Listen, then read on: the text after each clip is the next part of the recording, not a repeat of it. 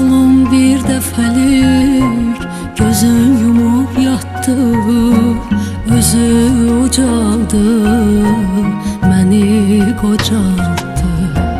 Vətən yolunda axıtdı öz qanını, bu yolun sonunda verdi şirin canını. Oğlum şehit oldu, gözüm qanla doldu. Bir təsəllim var bu yol, cənnətə gedən yoldur. Oğlum şehit oldu, gözüm qanla doldu. Bir təsəllim var bu yol, cənnətə gedən yoldur.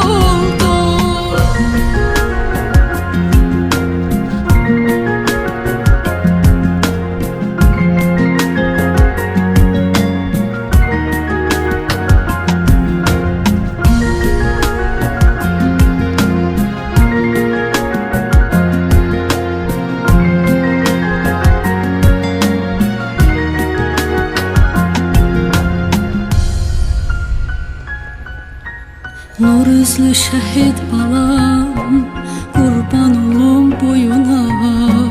Yasına gelenler geleydi kaş toyuna. Vətən yolunda axıttınız qanını,